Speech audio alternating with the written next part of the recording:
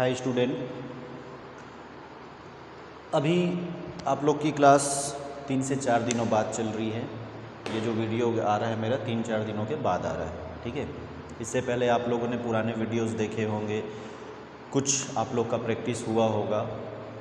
चलिए, आज हम लोग चर्चा का विषय है हमारा चर्चा में, है ना। आज का हमारा टॉपिक है चर्चा में, और हमारा चर्चा का विषय है आरक्षण। सबसे ज़्यादा कंट्रोवर्शियल विषय, सबसे ज़्यादा विवादित मुद्दा आरक्षण। और ये अभी से नहीं, आरक्षण का मुद्दा आमतौर पे ऐसा लगता है कि आरक्षण का मुद्दा संविधान के बाद शुरू हुआ। आरक्षण का मुद्दा बहुत पहले से चला आ रहा है ना। ऐसा नहीं है कि आरक्षण का मुद्दा जो है ये सिर्फ संविधान जब बना उसके बाद शुरू हुआ है। आरक्षण जो है वो उसका बहुत पुराना इतिहास रहा है। तो आज हम लोग इसी विषय पे बात करेंगे कि आरक्षण कैसा हुआ, क्या हुआ, किस तरीके से परिवर्तन आया, संविधान के बाद ऐसी क्या ज़रूरत पड़ गई कि आरक्षण बनाना पड़ गया। भारत देश में आरक्षण जो बना वो संविधान के बाद, संविधान में लिखित तौर पर एक आरक्षण आया, संवैधानिक प्रावधान किए गए। तो बहुत सारी चीज़ें जो होती हैं वो इतिहास से होके आती है, ठीक। तो हम ऐसी चीज़ों पे आज बात करते हैं। तो सबसे पहले आरक्षण चर्चा में क्यों, इस विषय पे हम क्यों बात करें, ये आप लोगों को बताने की वैसे ज़रूरत नहीं है। छत्तीसगढ़ में सबसे ज़्यादा अभी जो हॉट सब्जेक्ट है वो अभी आरक्षण ही है। हाई कोर्ट ने सितंबर में अपना डिसीज़न दिया कि छत्तीसगढ़ में जो पहले की आरक्षण व्यवस्था है वो असंवैधानिक है। उसके बाद विधानसभा में एक लाया गया बिल, उसमें कहा गया कि 76% का हम आरक्षण देंगे, जिसको राज्यपाल ने रोक दिया। फिर उसमें राजनीतिकरण होने लगा, ठीक है। तो हम उस पर नहीं जाते कि राजनीति क्या है, कैसा है। हम बात करते हैं कि ये आरक्षण का जो मुद्दा है वो कब से चला आ रहा है और किस तरीके से उसमें परिवर्तन होते गए, ठीक है।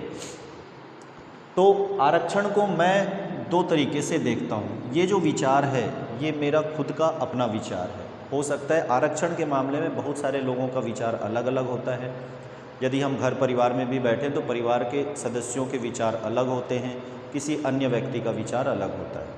तो आरक्षण के बारे में हम ये नहीं बोल सकते कि आपके विचार और मेरे विचार एक हों। मैं सिर्फ बताने की कोशिश कर रहा हूँ, ठीक है, आपको समझाने की कोशिश कर रहा हूँ। इसका एक इतिहास है, इतिहास में क्या घटनाएं घटित हुई जिसका प्रभाव हम वर्तमान में समाज में देखते हैं, है ना। समाज में देखते हैं, राष्ट्र में देखते हैं, या प्रदेश में उस घटना का क्या प्रभाव पड़ता है उसको हम देखते हैं। तो ये जो विचार है ये मेरा व्यक्तिगत विचार है, इसका किसी और से कोई समानता नहीं है। यदि किसी और का विचार मुझसे मेल खा जाए तो अच्छी बात है, नहीं तो हर व्यक्ति का अपना एक विचार होता है, ठीक। आरक्षण को मैं दो भाग में बांट के चलता हूँ। आरक्षण इतिहास में हम लोग देखेंगे तो संविधान से पहले, संविधान बनने से पहले आरक्षण की स्थिति क्या थी, और संविधान बनने के बाद में आरक्षण की क्या स्थिति रही। संविधान से पहले आरक्षण कैसा रहा था और संविधान के बाद आरक्षण क्या रहा था, ठीक है। तो सबसे पहले आरक्षण किसको बोलते हैं, हम इस चीज़ को समझते हैं। आरक्षण या फिर हम बोलेंगे रिजर्वेशन। रिजर्वेशन हम किसको कहते हैं। तो देखिए, जब कोई पद किसी व्यक्ति के लिए, किसी संस्था के लिए, किसी समुदाय के लिए, या कोई स्थान किसी व्यक्ति के लिए, किसी संस्था के लिए या किसी समुदाय के लिए निश्चित कर दी जाए तो उसको हम बोलते हैं आरक्षण। स्थान एकदम फिक्स रहेगा। जैसे यदि कहीं पे कुर्सी है और मैं बोल दूं कि इस कुर्सी पे अमुक व्यक्ति बैठेगा, तो मतलब वो स्थान क्या है, रिजर्व है ना। तो वो स्थान क्या होता है, रिजर्व होता है। जैसे स्कूलों में होता है कि भाई टीचर का चेयर है, टीचर बैठेगा, बात समझ में आ रहा है ना। तो वो स्थान रिजर्व होता है, तो उसको हम लोग आरक्षण की प्रक्रिया बोलते हैं। संविधान से पहले यदि हम इतिहास में आते हैं, इतिहास में हम चलते हैं वैदिक काल में। ये एकदम पीछे के इतिहास से मैं शुरू करता हूँ। मैं समझाने की आपको कोशिश करूँगा कि वर्तमान में जो आरक्षण की व्यवस्था की गई है वो कितना सही है, ठीक है। तो हम वैदिक काल में चलते हैं। तो वैदिक काल जो था वो चतुर्वर्णीय व्यवस्था पे आधारित काल था। आप लोगों ने इतिहास में ये चीज़ पढ़ा होगा कि वैदिक काल में 4 वर्ण हुआ करते थे, ब्राह्मण, क्षत्रिय, वैश्य और शूद्र, ये 4 वर्ण हुआ करते थे। तो वैदिक काल का जो विभाजन था इसमें एक था ब्राह्मण, एक था क्षत्रिय, एक था वैश्य और एक था शूद्र, ये 4 वर्णीय व्यवस्था थी। अब जो पुराना वैदिक काल रहा, उस वैदिक काल में ऐसा माना जाता है कि ये चतुर्वर्णीय व्यवस्था जो था वो कर्म आधारित व्यवस्था था। कर्म आधारित व्यवस्था मतलब इंसान, जब पुराने वैदिक काल की हम बात करते हैं, उत्तर वैदिक काल की मैं बात नहीं कर रहा हूँ, वैदिक काल की मैं बात कर रहा हूँ, जब ऋग्वेद बना था, है ना, तो उस समय, या ऋग्वैदिक काल की हम बात करें तो उस समय ऐसा माना जाता था कि जो ज्ञान देने का काम करेगा वो ब्राह्मण, कर्म आधारित व्यवस्था था, कर्म के हिसाब से ये व्यवस्थाएं बनी हुई थी। वहाँ तक ठीक था कि कर्म के हिसाब से व्यक्ति का एक सुनिश्चित कर दिया जाता था। बाद में जब उत्तर वैदिक काल आया तो उत्तर वैदिक काल में चीज़ों में थोड़ी सी विकृति उत्पन्न होने लगी। उत्तर वैदिक काल जब हम देखते हैं तो उत्तर वैदिक काल में थोड़ा सा विकृति उत्पन्न हुआ, विकृति या डिफॉर्मेशन आप जिसको बोल सकते हो, ये एक तरीके का उत्पन्न हुआ। अब उत्तर वैदिक काल में श्रेष्ठता चलने लगा, है ना। वैदिक काल का जो युग था वो समानता और योग्यता दोनों को लेके चल रहा था। जब उत्तर वैदिक काल आया तो उत्तर वैदिक काल में श्रेष्ठता उत्पन्न होने लगा। ऐसा श्रेष्ठता उत्पन्न होने लगा कि अब कर्म आधारित व्यवस्था नहीं रहा, अब जन्म आधारित व्यवस्था आ गया। ब्राह्मण वो हुआ करता था जो ब्राह्मण जाति में पैदा हुआ करता था, वो ब्राह्मण, उसके पास कितना ज्ञान है, उसके पास कितनी योग्यता है, योग्यता आधारित नहीं रहा, वो फिर जन्म आधारित होने लगा। वंश, जो वंशवाद की एक परंपरा चलने लगी, वो हम उत्तर वैदिक काल से देखना शुरू कर देते हैं, ठीक है। अब जन्म से ब्राह्मण, क्षत्रिय, जन्म से क्षत्रिय, वैश्य, जन्म से वैश्य, शूद्र, जन्म से शूद्र। जैसे इसका मैं एक कहानी बताऊं तो यदि आप लोगों ने सुना होगा एकलव्य की कहानी। एकलव्य जो था वो एक शूद्र था। द्रोणाचार्य जी ने एकलव्य को ज्ञान देने से मना कर दिया। जब एकलव्य गया द्रोणाचार्य जी के पास तो उन्होंने, एकलव्य ने कहा कि भाई मुझे सीखना है, धनुर्धर बनना है। द्रोणाचार्य जी ने उसकी परीक्षा ली, परीक्षा में पास हो गया। फिर द्रोणाचार्य जी ने पूछा कि भाई आप किस कुल से हो, तो उसने बताया कि मैं शूद्र कुल से हूँ। तो द्रोणाचार्य जी ने उसको मना कर दिया। फिर उसने द्रोणाचार्य जी को अपना गुरु बनाया, उसकी मूर्ति स्थापित की और वो धनुष सीखते गया, सीखते गया, सीखते गया। अर्जुन से भी महान धनुर्धर हो गया। एक वक्त में जब अर्जुन ने उसको देखा, कहा जाता है कि जब एक कुत्ता भौंक रहा था तो उसने कुत्ते पे ऐसे तीर छोड़े कि कुत्ते का मुंह बंद हो गया, लेकिन कुत्ता मरा नहीं। तो अर्जुन ने देखा तो उसको लगा कि ये तो मेरे से भी ज़्यादा श्रेष्ठ धनुर्धर है, ठीक। वहाँ पे द्रोणाचार्य जी ने उससे गुरु दक्षिणा मांगा और गुरु दक्षिणा मांगने के बाद में उसका अंगूठा ही मांग लिया, जिससे कि वो धनुष ना चला सके। तो यहाँ इसकी 2 व्याख्या होती है। पहली व्याख्या जो होती है वो ये होता है कि द्रोणाचार्य जी ने ऐसा इसलिए किया कि द्रोणाचार्य जी को अर्जुन को श्रेष्ठ बनाना था। ये उनकी पहली व्याख्या। आमतौर पे लोग ऐसी व्याख्या देते हैं, पर मेरा विचार इस मामले में थोड़ा सा कुछ और है। मेरा विचार ये है कि एक जो गुरु होता है वो कभी अपने शिष्यों में विभेद नहीं करता, चाहे वो शिष्य छोटा हो या बड़ा हो। द्रोणाचार्य जी बहुत महान पंडित रहे, द्रोणाचार्य जी बहुत महान गुरु रहे, तो मुझे नहीं लगता कि उन्होंने इस कारण से कुछ ऐसा फैसला लिया होगा। तो इसके पीछे एक हम सामाजिक कारण देखते हैं। इसके पीछे सामाजिक कारण ये था कि शूद्र कुल का यदि कोई व्यक्ति अच्छा धनुर्धर बन जाए तो वो क्षत्रिय में जाने लगेगा। इसका मतलब ये है कि ये वर्ण व्यवस्था, शूद्र कुल का व्यक्ति यदि चले जाए तो वो क्षत्रिय कुल में जाएगा, तो वर्ण व्यवस्था वहाँ पे गड़बड़ होगी। वर्ण व्यवस्था में थोड़ी सी विकृति, जो कि पहले से विकृत था, जो कि पहले से अब जन्म आधारित होने लगा था। तो द्रोणाचार्य जी वे बिल्कुल भी नहीं चाहते थे कि शूद्र वंशीय कोई व्यक्ति क्षत्रिय में आने लगे। तो वर्ण व्यवस्था को बनाने के लिए उन्होंने वो अंगूठा मांगा, ठीक है, ये मेरा अपना विचार है, ये मेरा अपना एक कॉन्सेप्ट है। यदि हम समाजशास्त्री भाषा में जाएं, यदि हम इस चतुर्वर्णी व्यवस्था में जाएं, तो मुझे ऐसा कुछ लगता है कि वहाँ पे ऐसा कुछ हुआ होगा। ठीक है, बाकी सबके विचार अपने अलग अलग होते हैं, सबके कॉन्सेप्ट अपने अलग अलग होते हैं।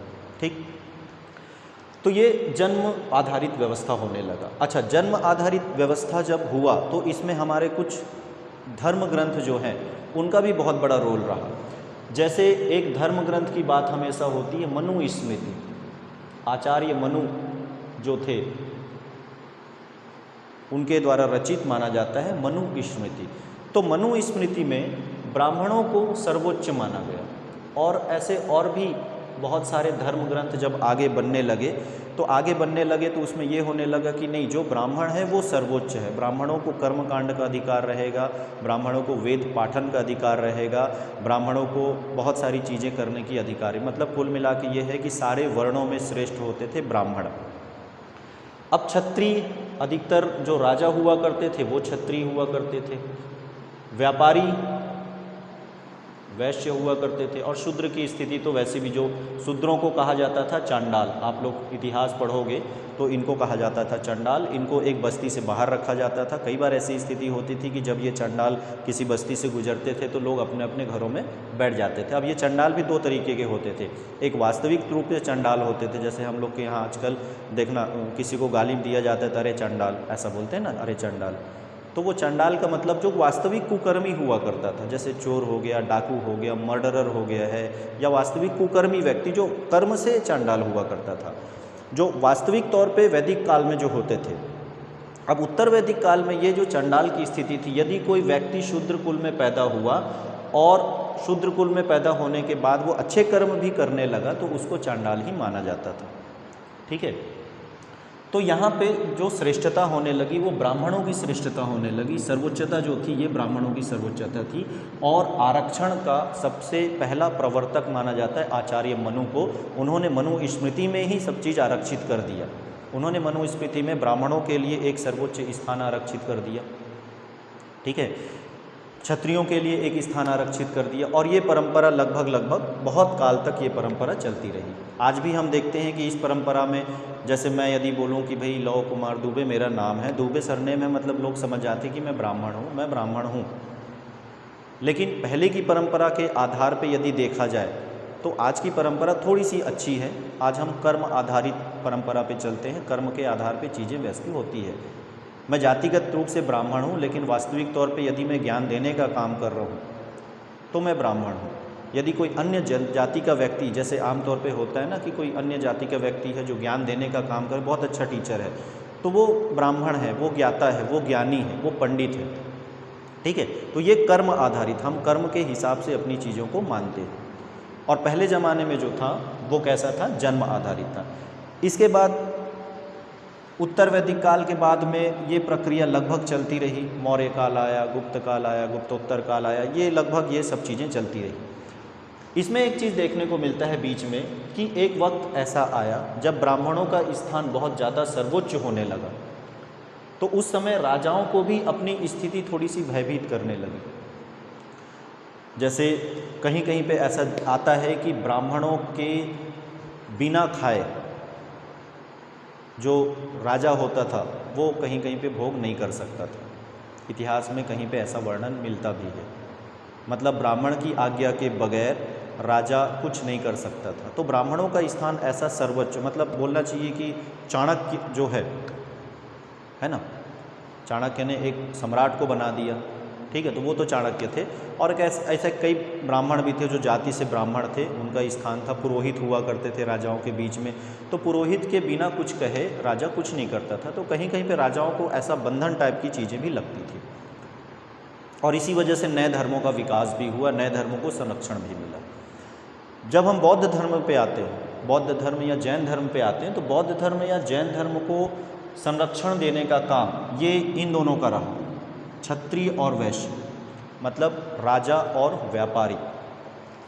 सम्राट अशोक की हम बात करें तो सम्राट अशोक के समय में बौद्ध धर्म जब चल रहा था, तो आप लोगों ने इतिहास में पढ़ा होगा कि कलिंग का युद्ध होता है, तो कलिंग के युद्ध होने के बाद वो बौद्ध धर्म को अपना लेते हैं। तो ये एकदम अचानक ड्रास्टिक चेंजेस नहीं आया। जब सम्राट अशोक थे उस समय बौद्ध धर्म था और उस बौद्ध धर्म को वहाँ के व्यापारी संरक्षण दिया करते थे, जिसकी वजह से ब्राह्मणों और वैश्यों के बीच में थोड़ा सा मतभेद वहाँ पे देखने को मिलता है।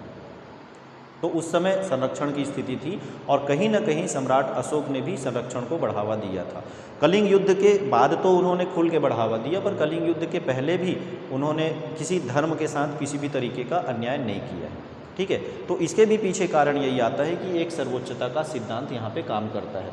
यहाँ पे समानता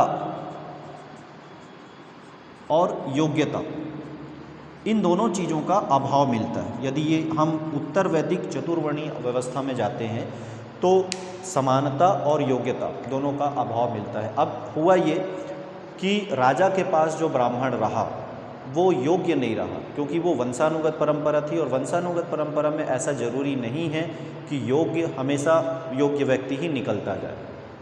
इसके एग्जाम्पल बहुत सारे हैं, मैं देना नहीं चाहता, ठीक है, पर समानता और योग्यता का हमेशा वहाँ पर हमको अभाव देखने को मिलता है। इसके बाद हम चलते हैं मध्यकालीन भारत में। तो मध्यकालीन भारत में स्थिति ऐसी थी कि मुग़ल आए, वहाँ भी वंशानुगत प्रक्रिया चलने लगी। अब राजा किसको बनने, तो मुग़ल आए, तो मुग़लों में अब उन्होंने मुस्लिम धर्म का प्रचार किया, तो ब्राह्मणों की श्रेष्ठता वहाँ पे ख़त्म हो गई।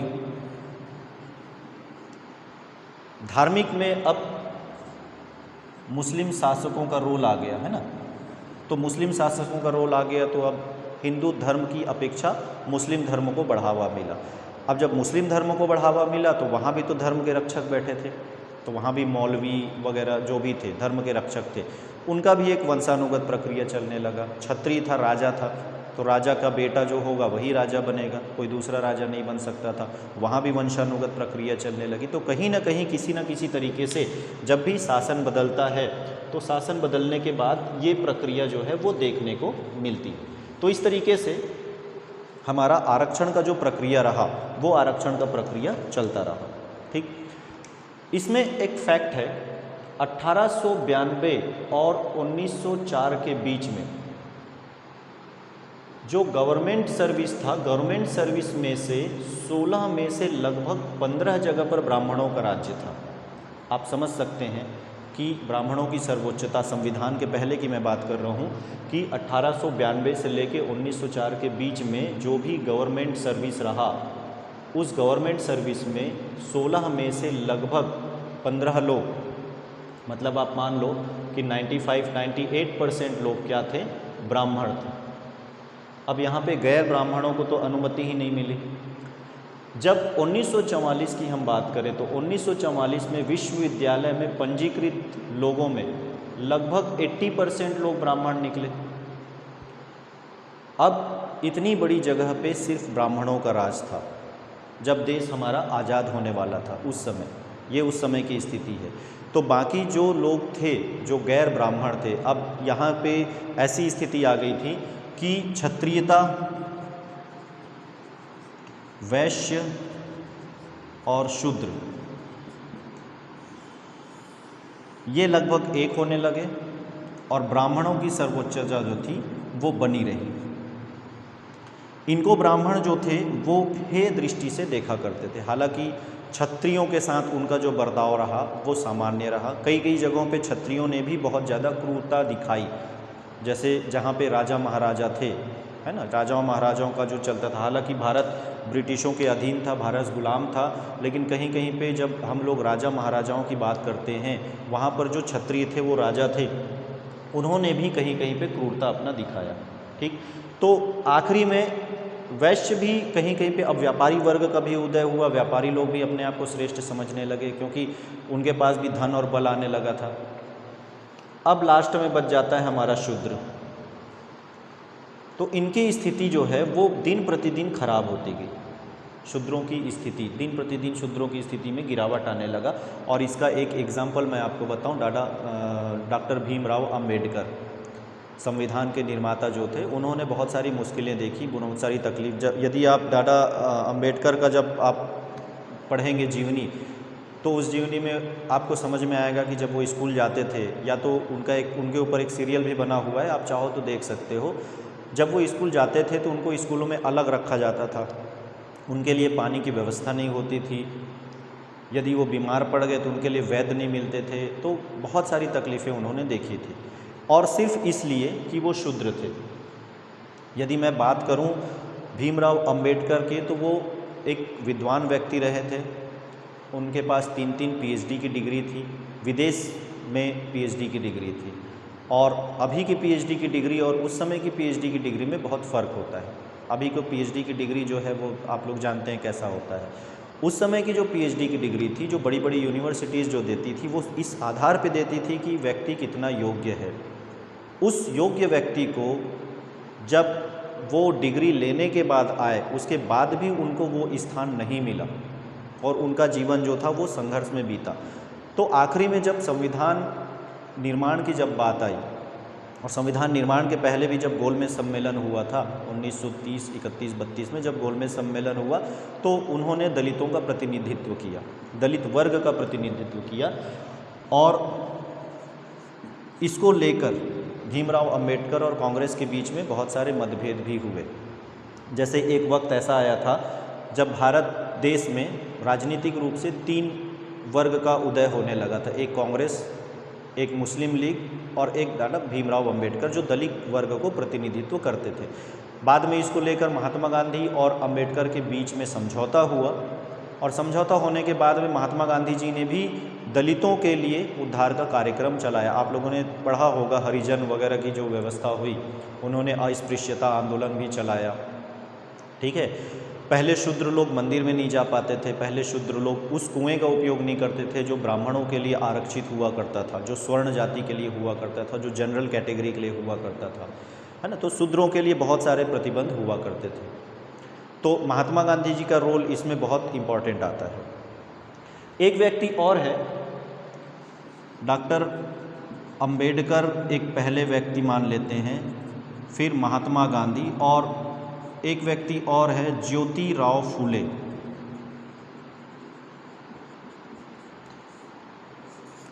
आरक्षण व्यवस्था लाने का श्रेय जो यदि मैं बोलूं तो ज्योतिराव फूले से शुरू हो जाता है।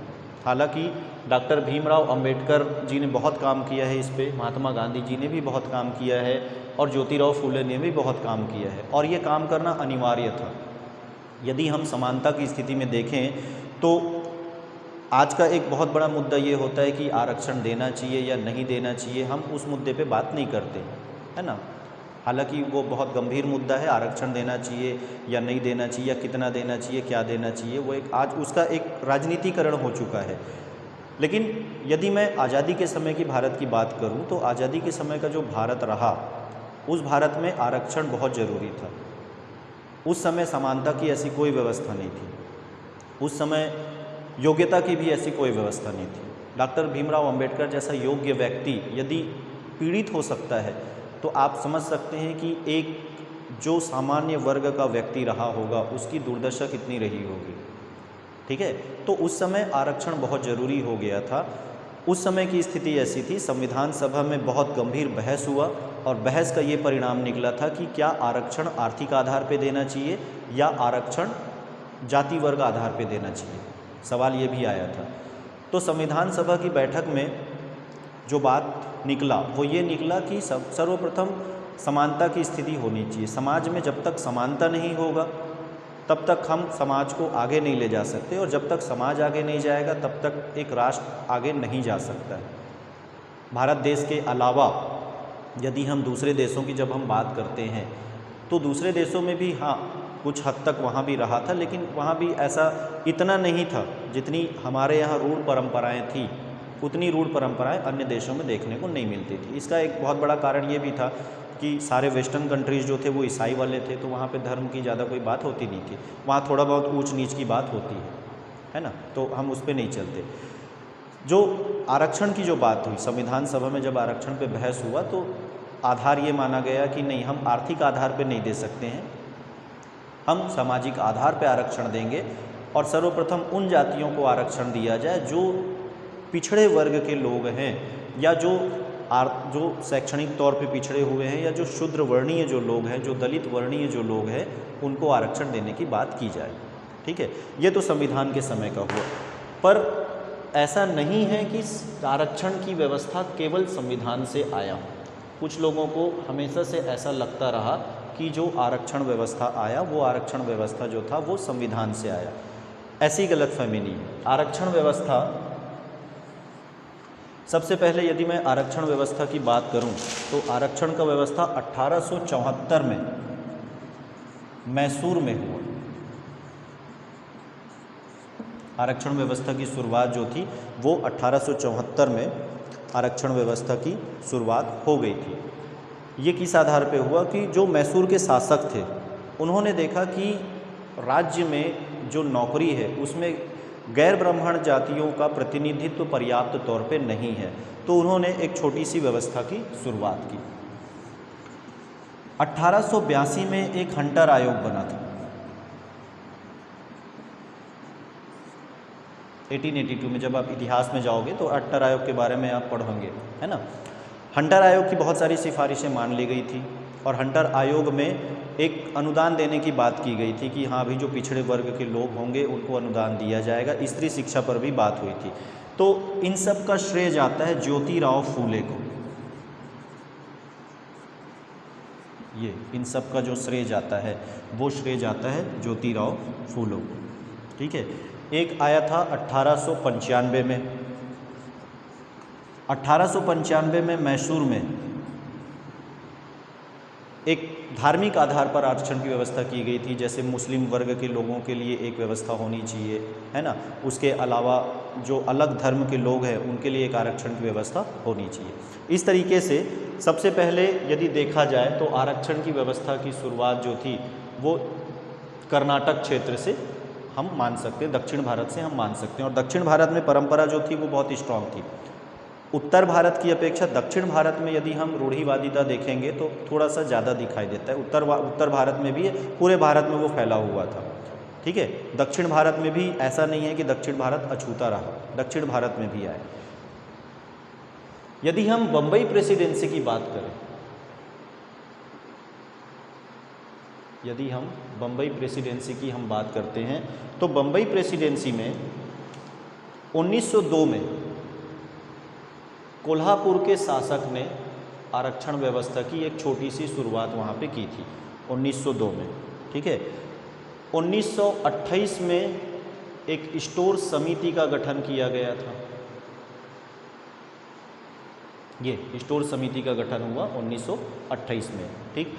यहीं पे मैसूर में 1911 में एक मिलर समिति का गठन किया गया था,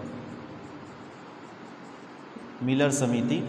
और मिलर समिति जो था वो इसी बात पर आधारित था कि क्या आरक्षण देना चाहिए या आरक्षण नहीं देना चाहिए, ठीक। मिलर समिति का गठन 1912 में हुआ। इसकी जब रिपोर्ट आई, इसकी रिपोर्ट आई थी लगभग 1919 में इसकी रिपोर्ट आई थी, 1919 में। ये मिलर समिति जो था ये 1911 की जनगणना पर आधारित था, ठीक है। तो मिलर समिति की जो रिपोर्ट आई, मिलर समिति की रिपोर्ट आने के बाद में फिर उसमें आरक्षण की शुरुआत की गई थी। तो इस तरीके से 1919 का मॉन्टेग्यू चेम्सफोर्ड सुधार आया। फिर 1935 में भी कुछ प्रावधान किए गए थे। 1935 में ये प्रावधान किया गया था कि दलित जो नाम हुआ करता था, दलित नाम की जगह पे अनुसूचित जाति और आदिम नाम की जगह पे रखा गया था अनुसूचित जनजाति। तो नाम बदल दिया गया था। जो दलित था, दलित हो गया अनुसूचित जाति, और आदिम वर्ग हुआ करता था अनुसूचित जनजाति, ठीक है। साथ में 1935 का जब अधिनियम आया तो 1935 के अधिनियम में जो केंद्रीय विधानसभा है या प्रांतीय विधानसभा है वहाँ पर स्थान आरक्षित करने की बात की गई थी इन जातियों के लिए। तो इस तरीके से ये संविधान के पहले की स्थिति है और संविधान के पहले भी बहुत सारे प्रयास हुए हैं आरक्षण को लेकर, ठीक है। अब जब संविधान का निर्माण हुआ तो संविधान का निर्माण हुआ तो उसके बाद में फिर स्थिति और बदली। संविधान से पहले ओबीसी के बारे में कोई वैसा विशेष जिक्र देखने को नहीं मिलता है। अदर बैकवर्ड कार्ड या पिछड़ा वर्ग, जो पिछड़ा वर्ग जैसा बोलते थे तो पिछड़ा वर्ग मतलब उसको माना जाता था। आजकल तो हम लोग एसटी, एससी, ओबीसी और जनरल कैटेगरी की बात करते हैं, है ना। एक कैटेगरी होता है हमारा जनरल, एक कैटेगरी होता है हमारा ओबीसी, एक कैटेगरी होता है हमारा एससी और एक कैटेगरी एसटी। ये हमारी आज की डेट में व्यवस्था है। जब आप कोई फॉर्म भरते हो तो जनरली इसी पे पूछा जाता है कि भाई आप कौन सी कैटेगरी को बिलोंग करते हो, ठीक। पहले ओबीसी का संविधान के पहले कोई विशेष रूप से उल्लेखनीय नहीं हुआ। पिछड़ा वर्ग उसको मानते थे जो शैक्षणिक रूप से, जो सामाजिक रूप से पिछड़ा हुआ होता था। बाद में पिछड़े वर्ग की परिभाषा जो है वो बदली गई और पिछड़े वर्ग के लिए 1953 में एक आयोग बना था, काकेलकर आयोग। अभी मैं आपको डिटेल बता देता हूँ। जब हम 1953 की बात करते हैं तो 1953 में काकेलकर आयोग ये गठित हुआ, विशेषकर पिछड़े वर्ग के लिए गठित हुआ। इसकी कुछ सिफारिशें थी। इसकी सिफारिशें जो बनी, इन्होंने वैसे तीनों वर्ग को लेके सिफारिश दिया था और तीनों वर्ग को लेके जब इन्होंने सिफारिश दिया तो एसटी एससी वर्ग की इसकी सिफारिश को मान ली गई और ओबीसी वर्ग को लेके जो इनकी सिफारिश रही उसको नहीं माना गया। तो एक प्रयास इन्होंने ज़रूर किया था ओबीसी वर्ग के लिए, पिछड़े वर्गों के लिए। ठीक है। काकेलकर आयोग कब बना? 1953 में बना। किससे संबंधित है? तो ये जनरली ओबीसी, एससी और एसटी तीनों वर्गों से संबंधित रहा, लेकिन इसकी जो सिफारिश रही उसको मान्यता दिया गया एसटी और एससी वालों के लिए, ओबीसी वालों के लिए इसको मान्यता नहीं दिया गया। बाद में एक और बना मंडल आयोग। ये मंडल आयोग का गठन किया गया और मंडल आयोग का गठन लगभग 1978 में हुआ। ठीक है। तो इस समय वीपी सरकार थी, तो वीपी सरकार ने इसकी कुछ सिफारिशों को माना। विश्वनाथ प्रताप सिंह की सरकार थी तो उन्होंने उसकी कुछ कुछ सिफारिशों को माना। बाद में नरसिम्हा राव की जो सरकार आई, नरसिम्हा राव की सरकार ने 10% का आरक्षण ओबीसी वर्ग के लिए दिया। राजस्थान की एक अगड़ी जनजाति, उसके लिए उन्होंने ओबीसी वर्ग को आरक्षण देने की बात की और फिर इस तरीके से ओबीसी वर्ग के लिए स्थान का आरक्षण शुरू हो गया और वर्तमान समय में ये ओबीसी वर्ग के लिए स्थान का आरक्षण बढ़ते बढ़ते बढ़ते एक लिमिट तक जाके पहुंच चुका है। ठीक है। तो इस तरीके से ओबीसी वर्ग के लिए बात आई। यदि हम संवैधानिक स्थिति की बात करते हैं तो संवैधानिक स्थिति में जब संविधान बना तो संविधान का आर्टिकल 15(4) और 16(4) प्रमुख है। अब आरक्षण की हम संवैधानिक स्थिति की बात करते हैं। आर्टिकल 15(4) और आर्टिकल 16(4). ठीक है। आर्टिकल 15 ये कहता है कि धर्म, जन्म, मूल वंश के आधार पर किसी भी तरीके का विभेद किसी के साथ नहीं किया जाएगा। ठीक है। और आर्टिकल 15(4) ये कहता है कि राज्य के द्वारा विशेष वर्ग के लिए एसटी, एससी, ओबीसी या विशेष वर्ग के लिए विशेष उपबंध किया जाएगा। विशेष वर्गों के लिए विशेष तरीके का उपबंध किया जाएगा। ठीक है। 15(4) जो है, 15(4) में ये था कि धर्म, मूल वंश, जाति, लिंग या जन्म स्थान के आधार पर किसी तरीके का विभेद नहीं किया जाएगा और जहाँ पर एसटी, एससी वर्ग है उनके लिए उस जगह पर विशेष उपबंध किया जाएगा उनकी स्थिति को सुधारने के लिए। तो आज आप लोग जो आरक्षण की व्यवस्था देखते हो, कहीं ना कहीं इसका एक बहुत बड़ा रोल होता है अनुच्छेद 15(4) का। ठीक है। अनुच्छेद 16 लोक नियोजन में अवसर की समानता, अनुच्छेद जो 16 है, और अनुच्छेद 16(4) कहता है कि इन विशेष जातियों के लिए इसमें विशेष उपबंध किया जाएगा। देखिए, अनुच्छेद 15 ये कहता है कि किसी भी तरीके का विभेद नहीं करना है। तो सबसे पहले अनुच्छेद 15 जो है वो कहता है कि समानता की दृष्टि से सबको देखना है और यदि कोई वर्ग समान दृष्टि से नहीं देखा जाता है या समानता में नहीं है तो उनके लिए ऐसी कुछ व्यवस्था करेंगे जिससे वो सामाजिक रूप से क्या हो जाए, व्यवस्थित हो जाए, सामाजिक रूप से थोड़ा स्ट्रांग हो जाए। अनुच्छेद 16 कहता है लोक नियोजन के विषय में समानता। लोक नियोजन मतलब नौकरी वगैरह की जब हम बात करते हैं तो वहाँ पे एक समानता की स्थिति रहेगी। तो अनुच्छेद 16(4) ये कहता है कि सरकार जो है इसके लिए क्या करेगी, एक विशेष उपबंध करेगी। ठीक है। तो सरकार इसके लिए एक विशेष उपबंध करेगी। अब कई बार ऐसा होता है कि देखिए, आर्थिक स्थिति जो है कहीं हद तक स्थान की परिस्थिति और भूमिका के लिए महत्वपूर्ण होता है।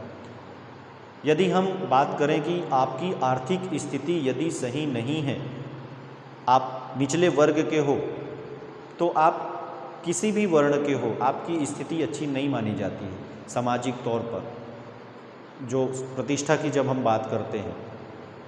और यदि आपकी आर्थिक स्थिति बहुत अच्छी है तो बहुत अच्छी है, तो वो स्थिति थोड़ी सी समाज में, तो एक यदि हम समाजशास्त्री भाषा में बात करें तो परिस्थिति और भूमिका की बात आती है। तो कहीं ना कहीं इसमें इकोनॉमिकल कंडीशन जो होता है वो जिम्मेदार होता है। तो जो शूद्र वर्ण थे, जो पहले ज़माने में शूद्रवर्णीय लोग हुआ करते थे, एक तो उनकी सामाजिक स्थिति भी खराब थी, एक तो उनकी आर्थिक स्थिति भी खराब थी, राजनीतिक स्थिति भी खराब थी। तो तीनों ही जगह में आर्थिक, सामाजिक और राजनीतिक, यदि ये स्थिति अच्छी है तो बहुत श्रेष्ठ माना जाता है। तो तीनों ही जगह में उनको कोई विशेष स्थान नहीं दिया जाता था, है ना। 16 ये कहता है कि उनको नौकरी के बारे में उनका विशेष उपबंध किया जाए, मतलब उनकी आर्थिक स्थिति को क्या किया जाए, बढ़ावा दिया जाए। इस तरीके से कुछ और अनुच्छेद है, जैसे अनुच्छेद 330। यदि हम आर्टिकल 330 की बात करें थे तो आर्टिकल संसद में आरक्षण की बात करता है, मतलब उनकी राजनीतिक स्थिति समृद्ध करने की बात करता है 330। और अनुच्छेद 332 विधानसभा में आरक्षण की बात करता है, मतलब राजनीतिक रूप से उनको सशक्त बनाया जाए। और अनुच्छेद 243D पंचायत में आरक्षण की बात करता है।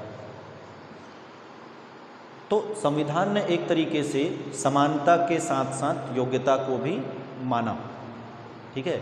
इस बात में बहुत मुद्दा हो जाता है कि भाई योग्य है, नहीं है, क्या है, कैसा है। तो सबसे पहले जो निचले, एकदम से निचले वर्ग हैं, उनको एक समानता की स्थिति में तो लाना चाहिए। जब तक हम उनको समानता की स्थिति में नहीं लाएंगे तब तक हमारा समाज पिछड़ा रहेगा, तब तक हमारा देश पिछड़ा रहेगा, ठीक है। और इसीलिए संविधान ने इतनी सारी शक्तियाँ दी हैं। अनुच्छेद 335, आर्टिकल 335 भी इसी से संबंधित है। आर्टिकल 335 ये कहता है कि संघ या राज्य के कार्यकलाप के संबंध में ST/SC के दावों को एक प्रभावकारी घटक के रूप में देखना चाहिए, ठीक है। अनुच्छेद 335 आप देखेंगे तो आपको ये समझ में आएगा कि संघ या राज्य के जो कार्यकलाप होते हैं उसमें ST/SC वर्ग के जो दावे होते हैं उसको एक प्रभावकारी रूप में देखना चाहिए, ठीक है। तो इस तरीके से जो हमारा संवैधानिक स्थिति था वो आया। अब इसमें कुछ संशोधन भी हुए, उस संशोधन के बारे में भी बात कर लेते हैं। सबसे पहले 16(4) में संशोधन हुआ था, और 16(4) में संशोधन हुआ था 1995 में 77वां संशोधन। वास्तव में संशोधन 16 में हुआ था। आर्टिकल 16 जो मैंने आप लोगों को आर्टिकल 16 बताया कि लोक नियोजन के विषय में जो स्वतंत्रता होती है, इसमें 1995 में 77वां संविधान संशोधन हुआ और इसमें जोड़ा गया 16(4). ये जो 16(4) बना ये 1995 में बना था, ठीक है। उसके बाद 16(4) में एक और संशोधन हुआ। ये संशोधन हुआ था 2001 में, 81वां अमेंडमेंट, 81वां संशोधन जो हुआ था वो इसी में हुआ था, ठीक है। इसमें 16(4)A और 16(4)B ये डाला गया था, ठीक है। तो इस तरीके से संविधान जो है वो लोगों को शक्तियाँ देता है, साथ में संविधान जो है वो समाज को भी शक्ति देता है। और दूसरी चीज़, जो आरक्षण की व्यवस्था रही, मुझे नहीं लगता है कि आरक्षण की व्यवस्था किसी भी तरीके से गलत रहा। जो हमारा इतिहास था, जो हमारा चतुर्वर्णीय व्यवस्था था, जो उत्तर वैदिक काल से हम जो विकृतियाँ देखते आ रहे थे, एक वक्त में एक विशेष वर्ग का जो सर्वोच्चता बना हुआ, वो गलत था। यदि वो इतिहास बदल दिया गया होता तो आज शायद सबकी स्थिति समान होती। और जो इतिहास हजारों वर्षों का है, उस इतिहास को हम 50 से 70 साल में नहीं बदल सकते। समृद्धता आने में, समानता आने में थोड़ा सा टाइम ज़रूर लगेगा, थोड़ा सा वक्त ज़रूर लगेगा। हाँ, ये बात ज़रूर है कि कुछ हद तक इसका राजनीतिकरण हुआ है। जब संविधान बना तो डॉक्टर भीमराव अंबेडकर ने कहा कि 10 वर्ष की अवधि के उपरांत सरकार ये सुनिश्चित करेगी कि क्या समानता की स्थिति आई, और आज तक सरकार ये सुनिश्चित नहीं कर पाई है कि क्या समानता की स्थिति आई है या उसमें किसी भी तरीके का परिवर्तन किया जा सकता है। ठीक है, तो आरक्षण के विषय में राजनीति ना हो, वास्तविक तौर पे जो भीमराव अंबेडकर जी ने जो सपना देखा था, एक समृद्ध राष्ट्र का जो सपना देखा था, एक समृद्ध समाज का जो सपना देखा था, एक समानता और योग्यता का जो उन्होंने एक सपना देखा था। समानता और योग्यता का सपना इसलिए क्योंकि यदि भीमराव अंबेडकर जी को मौका मिला होता बचपन से तो वो शायद उससे और ज़्यादा योग्य साबित हो सकते थे। वो योग्य रहे थे, और ऐसे बहुत सारे लोग हैं जिनको योग्यता की बात आती है तो जब आरक्षण की बात आती है तो ऐसा देखा गया है कि निचले वर्णीय लोग जिसको माना जाता है, आजकल हम ऊंचा नीचा वर्ण के बारे में बात नहीं करते हैं, सभी समान हैं, संविधान ने सबको समान दे के रखा है, फिर भी कुछ जगहों पे ऐसा आमतौर पे देखने को मिलता है। ठीक है, तो ये आरक्षण का जो विषय था ये मेरा अपना सोच था, ये आरक्षण के जो मुद्दे थे ये मेरे अपने थे। हाँ, संवैधानिक प्रावधान जो मैंने बताए हैं वो हो सकता है आपके लिए इम्पोर्टेंट हो, किसी एग्ज़ाम के लिए इम्पोर्टेंट हो, पर ये मुद्दा जो है वो बहुत ही ज़्यादा सेंसिटिव मुद्दा रहा है, शुरू से लेके आखिरी तक बहुत ज़्यादा सेंसिटिव, और ये आगे भी बहुत ज़्यादा सेंसिटिव मुद्दा रहेगा। ठीक है, तो आज का चर्चा का विषय बस यहीं तक। अगले चर्चा के विषय में किसी और नए विषय के साथ हम बात करते हैं। ठीक, थैंक यू।